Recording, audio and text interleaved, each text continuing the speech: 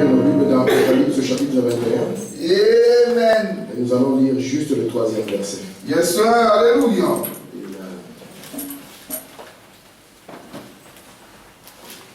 Apocalypse chapitre 21, juste le 3e verset.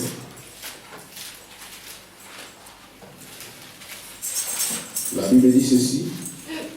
J'ai entendu du trône une forte voix qui disait: voici les tabernacles de Dieu avec les hommes. Il habitera avec eux, ils seront son peuple, et Dieu lui-même sera avec eux.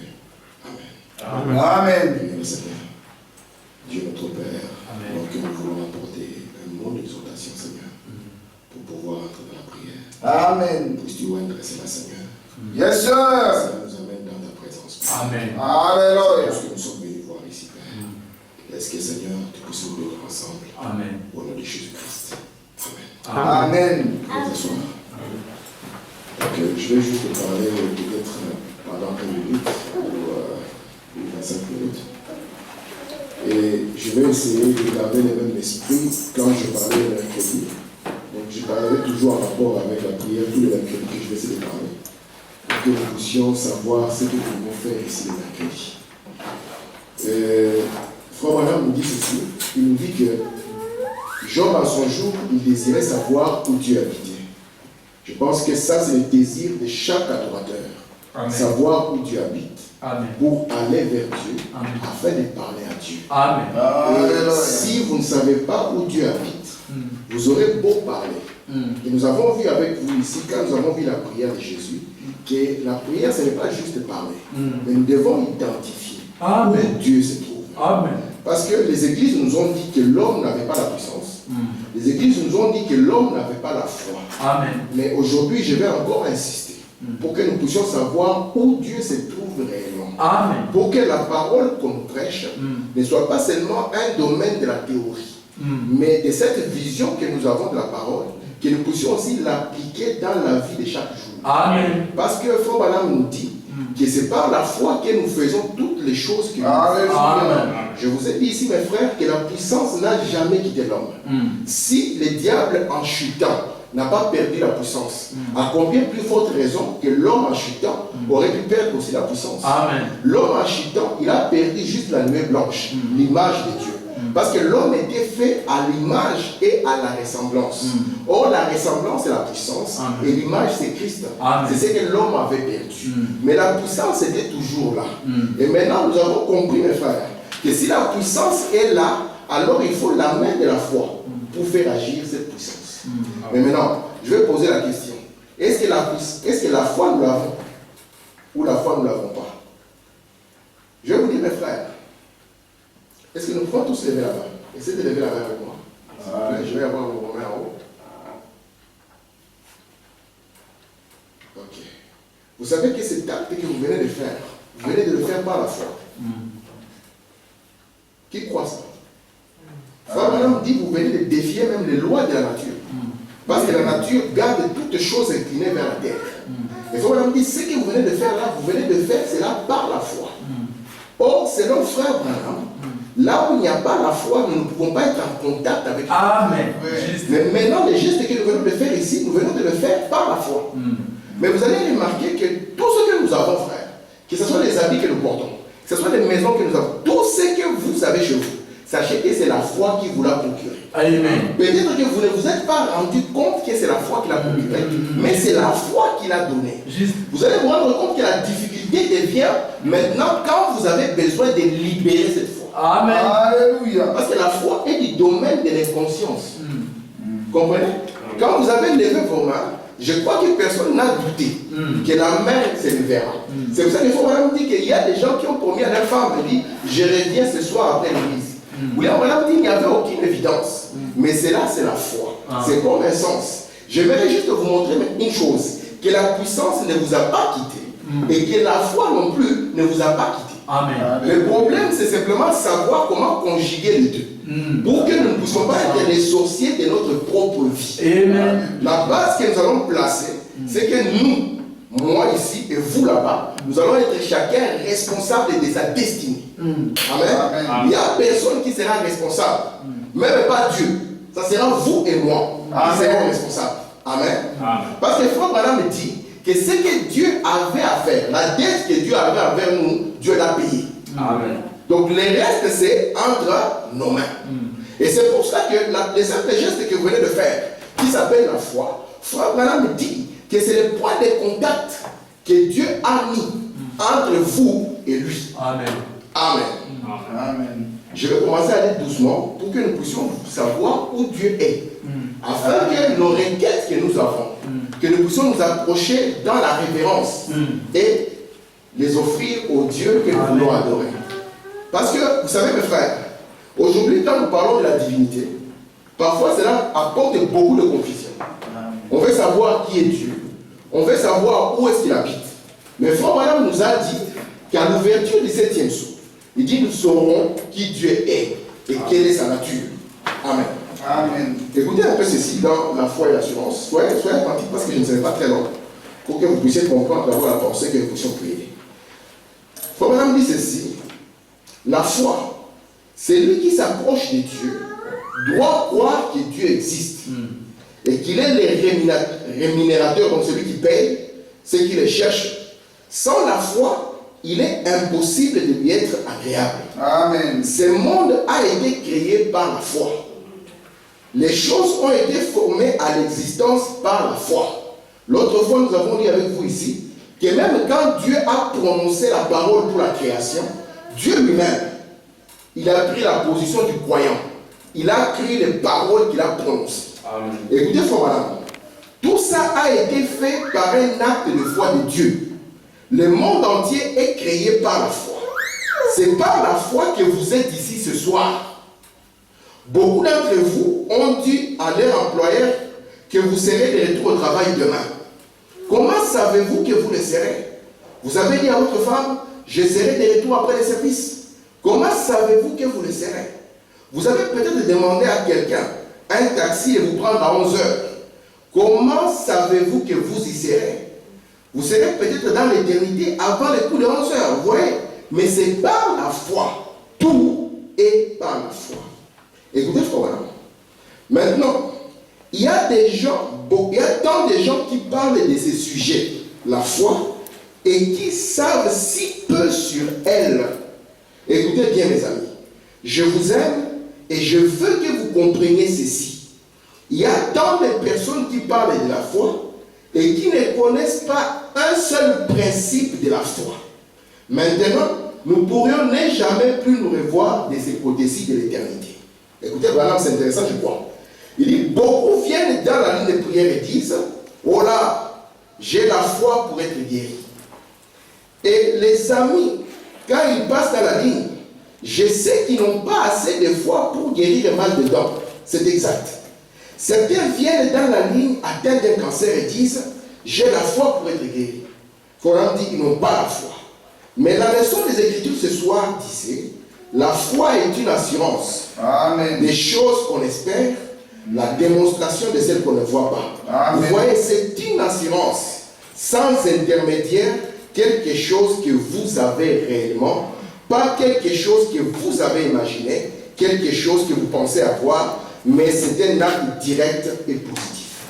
William Branham nous montre que beaucoup de gens parlent de la foi. C'est pour ça que j'ai montré que les actes que nous faisons chaque jour, sans nous rendre compte, nous produisons la foi.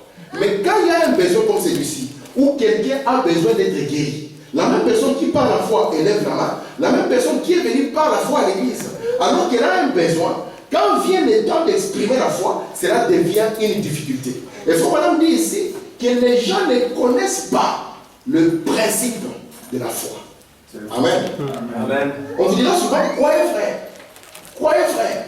Mais il faut maintenant dire, ils ne connaissent pas le principe de la foi. Or, nous avons compris que là où il n'y a pas de foi, Dieu ne peut pas entrer en action. Amen. Amen. Écoutez, frère, dans la commission de Moïse, peut-être qu'il y a des choses au sujet que vous ne comprenez pas. Franchement, mes amis, il y a bien des choses que je ne comprends pas. Je l'accepte simplement. N'essayez jamais de comprendre Dieu. Vous ne pouvez pas y arriver. On ne connaît pas Dieu au moyen de la connaissance. C'est par la foi qu'on comprend Dieu. Est-ce vrai? serait-il arrivé si Pierre avait essayé de se représenter la profondeur de cette eau et combien il était impossible de marcher sur cette eau? Il n'aurait jamais marché dessus. Voyez-vous, il a tout simplement pris Christ au mont et il a marché sur l'eau. Donc ce que je suis en train d'essayer de faire, c'est de vous faire le voyage le plus difficile qui existe dans l'homme. De quitter l'homme extérieur pour vivre dans l'homme intérieur.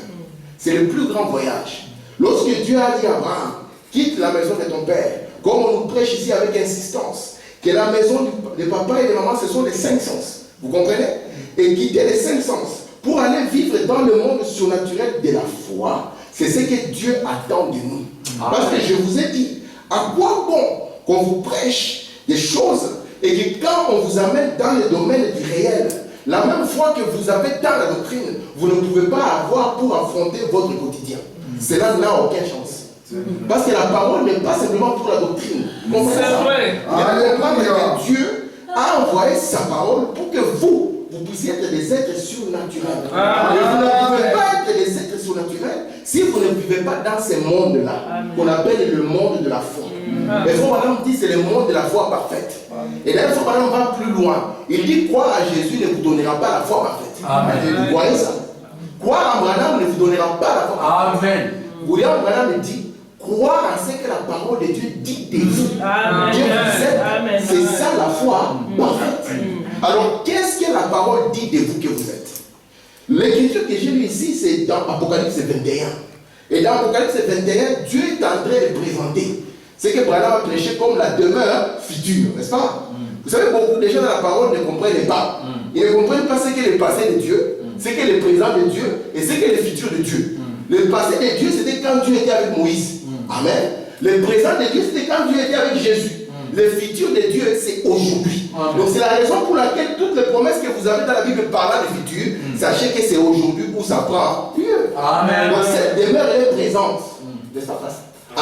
Où Dieu veut demeurer avec son peuple. Mais quel est ce Dieu qui demeure avec son peuple? Alors qu'on nous a dit que les disciples étaient dans la barque avec un Jésus endormi.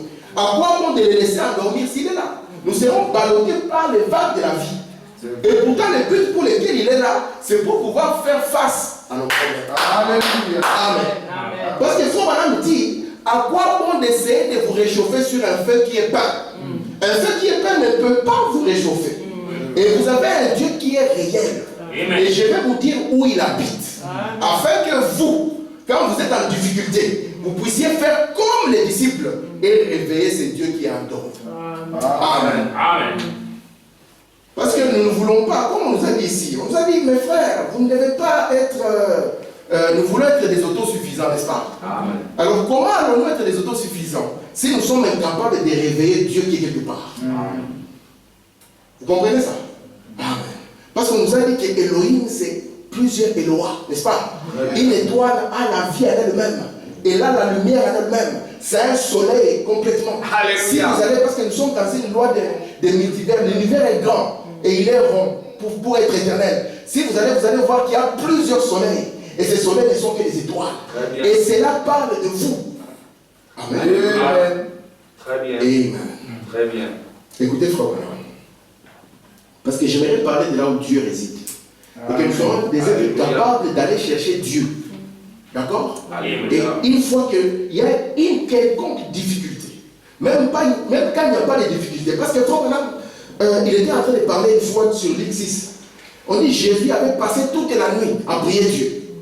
Alors quand les gens ont dit que Jésus était Dieu, dans une discussion entre musulmans et catholiques, les musulmans ont sorti ces versets. Il dit, quel est ce Dieu qui prie Dieu? Alléluia. Et heureusement que Branham est venu. Et Branham nous a expliqué ce que Jésus était en train de faire. Et pourquoi Jésus aimait faire cela. Je vous ai dit ici que David avait dit que tout ce que vous demanderez, n'est-ce pas? Dieu a promis de vous donner tout ce que vous demanderez. Et nous savons que s'il y a une chose que Dieu ne peut pas faire, Dieu ne peut pas mentir. Frère Branham dit c'est la chose que Dieu ne peut jamais faire. Mais il a dit que vous devez demander ça comment?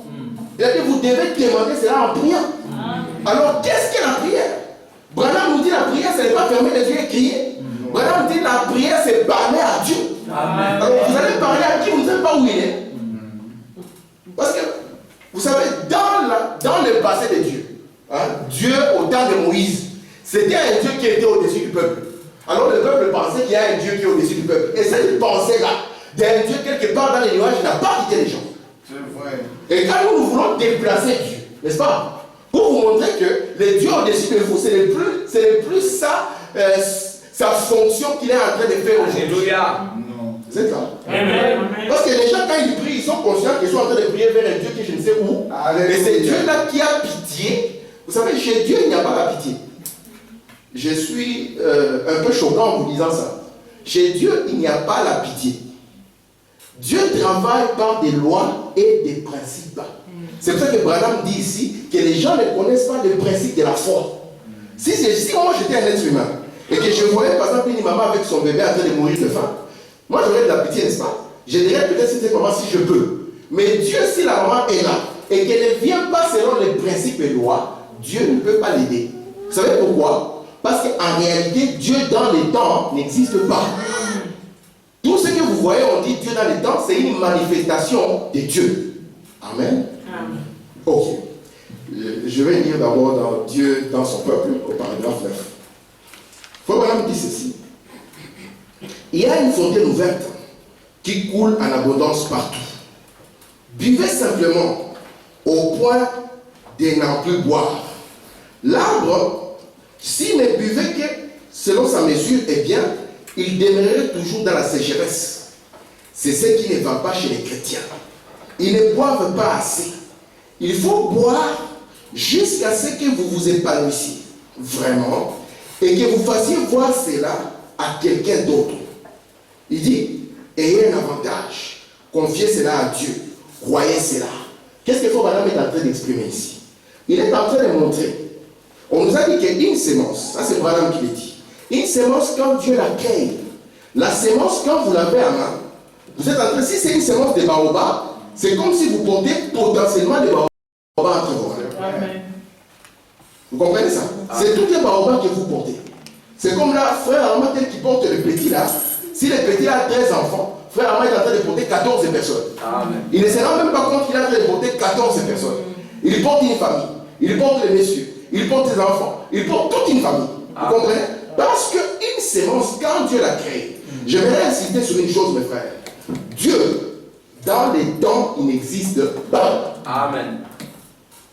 Écoutez encore très bien. Frère, c'est Dieu, dans les temps, il n'existe pas. Si Dieu est une créature du temps, il va vieillir avec vous. Amen. Mais dans les temps, il n'existe pas. Qu'est-ce qui se passe dans les temps? Frère nous dit que Dieu, on l'appelle Jéhovah Jireh, n'est-ce pas? Amen. C'est sur ça que je vais insister. C'est lui qui pourvoit aux besoins. Mais je vais vous dire, mes frères, que Dieu n'est pas Jéhovah Jireh dans les temps. Amen. Yes, sir. Cet attribut de Jéhovah Jireh, Dieu n'est pas Jéhovah Jireh dans le temps fait vie. Amen. Ce n'est pas dans les temps qu'il pourvoit des besoins. Parce que l'agneau qui a été immolé, qui était le grand besoin que vous aviez, Dieu l'a immolé, ce n'est pas dans les temps. Amen. C'est pour ça qu'il faut Madame dit qu'à la croix, il ne vous a même pas sauvé. Amen. Et cela ne va pas choquer, n'est-ce pas? Très bien. N'est-ce pas? Amen. Parce que vous savez que vous étiez sauvés dès avant la fondation du monde. Amen. Je vais prendre l'exemple clair. Amen. Si je prends le fils de frère Rubin, je pense que quand il était encore dans le ventre de sa mère, frère Rubin, avant de le voir, il a commencé à pourvoir à ses besoins. Je mens. Amen. Quel est le parent qui attend d'abord que les bébés naissent, que les bébés pleurent, et que les papas comprennent voilà, que je veux courir chercher les lèvres et courir chercher les habits. Mais avant que ces bébés n'arrivent, ces papas commencent déjà à préparer tout ce dont le bébé aura besoin. Vous comprenez ça? Amen. Maintenant, c'est quand l'enfant va exprimer le besoin que ce qui était déjà préparé lui sera accordé. C'est ça? Yes, sir. Ça, c'est une notion que vous devez garder en vous. Amen. Que Dieu, dans le temps, il ne fait rien. Amen. Tout d'ailleurs est une programmation. Amen. Même les prières que vous devez faire, c'est une programmation. Très bien. Même les tentations que vous devez faire, c'est une programmation. Frère Madame dit un jour quelqu'un l'a injurié. On a dit, Frère Madame, comment quelqu'un peut t'injurier, tu ne réagis pas? Frère Madame dit, Dieu avait prévu ça. Amen. Amen. Amen. C'est ça notre Dieu. Il est un Dieu de la prévision. Très bien. Amen. Mais maintenant, pour réveiller Jésus, nous devons savoir où Jésus est. Dans quel bateau il est. Pour que nous puissions aussi être dans ces bateaux pour les Oui. Amen. Amen. Écoutez, frère, dans l'attitude qui est Dieu, au paragraphe 20, je ne vais pas lire la citation en haut, parce que c'est là où on l'a répété et répété, n'est-ce pas? Je vais la lire un peu plus bas. Je vais lire le 21. Faut maintenant me pose la question. Qui est Dieu?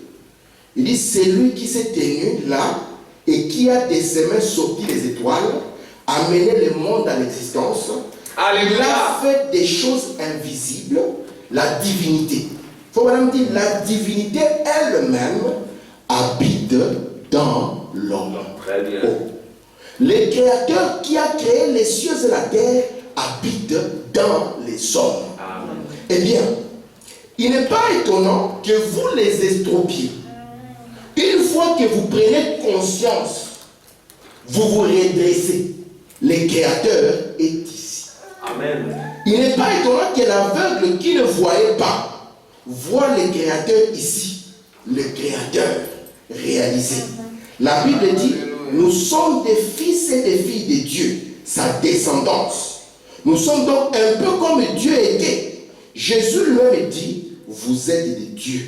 Amen. Il dit, nous devenons une partie de Dieu, un fils de Dieu à travers Jésus-Christ. Amen. Le message est venu nous dire, le but de Malachie 4, c'était pour nous montrer que la divinité est retournée dans l'homme. Amen. Vous comprenez ça? Amen. Que la divinité est retournée dans l'homme. La prière, il faut maintenant dire que Dieu habite dans un cœur né de nouveau. Amen. Donc si vous n'êtes pas né de nouveau, c'est le temps de le chercher. Afin que le Dieu éternel habite dans le cœur qui est né de nouveau. Amen. Et quand Dieu habite dans le cœur qui est né de nouveau, c'est ça l'endroit où il faut les chercher et les trouver. Amen. C'est de ces lieux-là qu'il faut les réveiller pour faire face à tous vos besoins. Vous êtes là? Amen. Très bien. Écoutez, frère.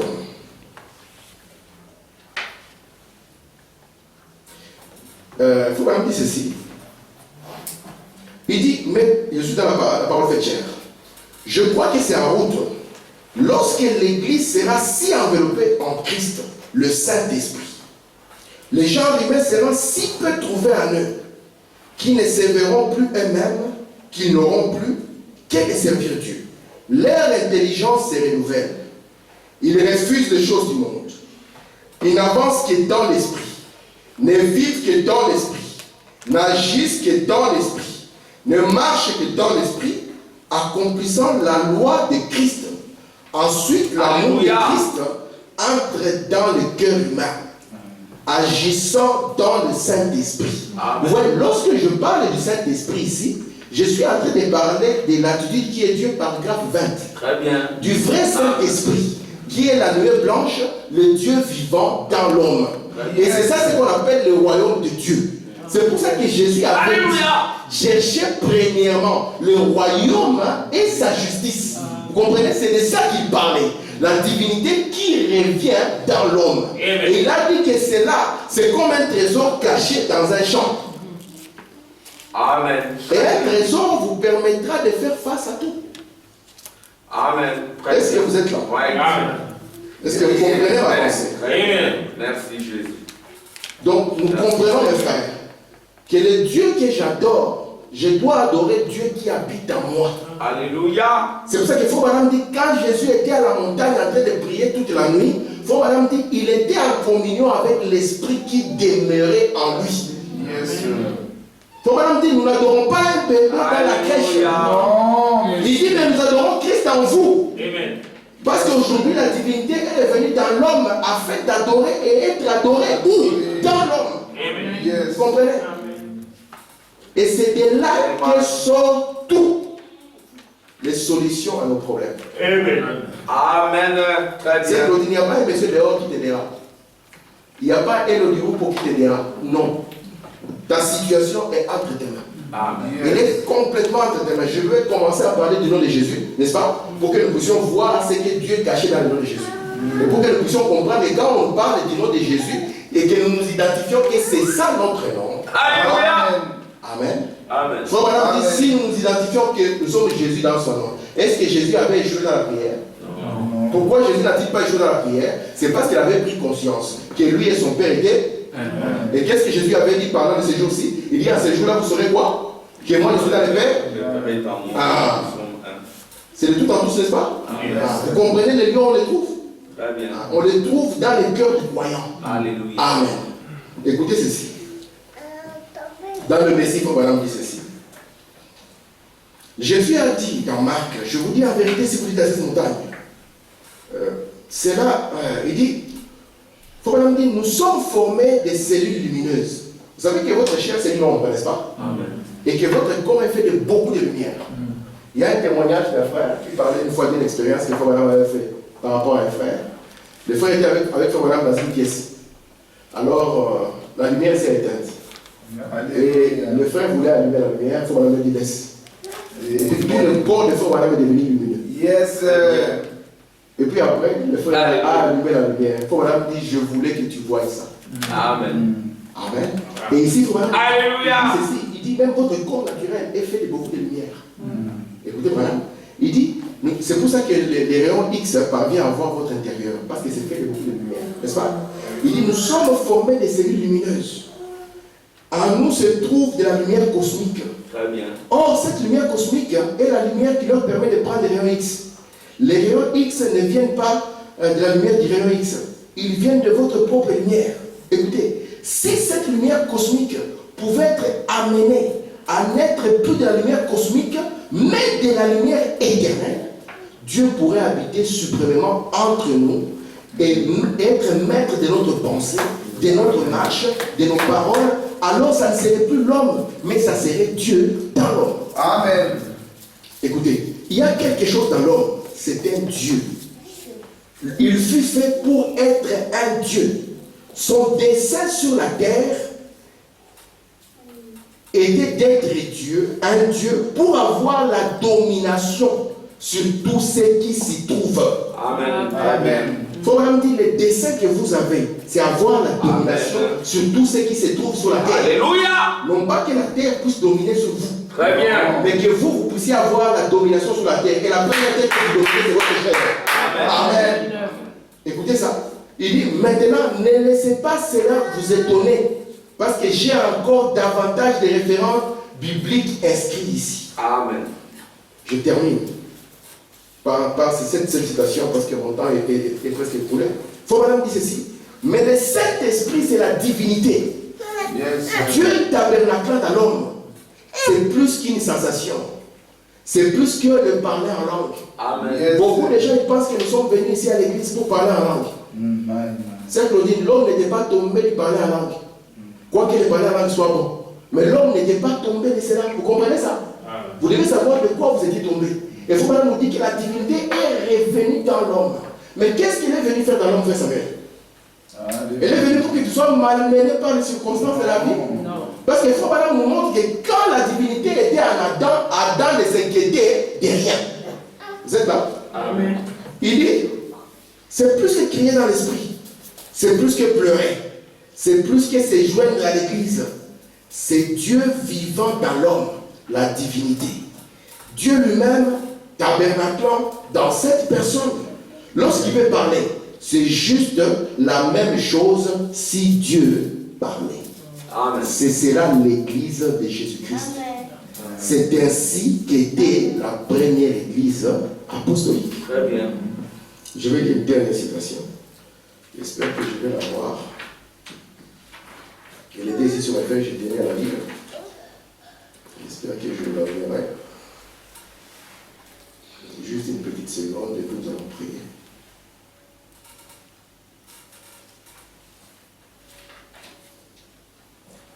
Ok. Il faut vraiment dire ceci dans l'unité d'un seul Dieu dans une seule église. J'aimerais juste vous cette question que nous allons prier. Il faut vraiment dire, le royaume de Dieu n'est pas de ce monde. Le royaume de Dieu est dans nos cœurs. Amen. C'est un royaume spirituel. Amen. Nous y entrons par la naissance. Alléluia. Jésus a dit, le royaume de mon Père vient, mais pas avec la violence. Amen. Le royaume de Dieu est en vous. Amen. Le Saint-Esprit, le royaume de Dieu, s'émouvant dans l'homme, régnant et contrôlant l'homme voilà le royaume. Amen. Amen. Amen. Et cette divinité qui est en vous, vous devez la révéler. Amen. Alléluia. Sœur Josiane, il n'y a pas un Dieu là pour s'occuper de toi.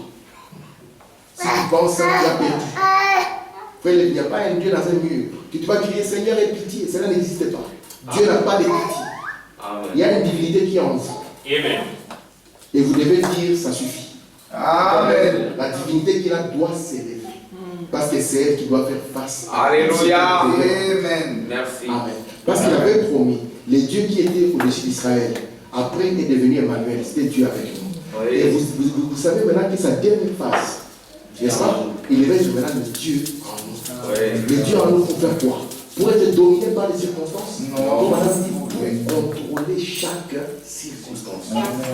C'est pour ça que le grand témoignage de Louis Paul par rapport à son père, il dit que la chose qui l'a frappé dans les ministères de son père, ce n'était pas les miracles qu'il y avait. Non. Et les miracles, nous ne pouvons même pas les trouver. Alléluia. Mais il dit que c'était le calme qu'il avait devant chaque circonstance. Alléluia. Amen. Nous allons nous mettre debout pour prier. Amen.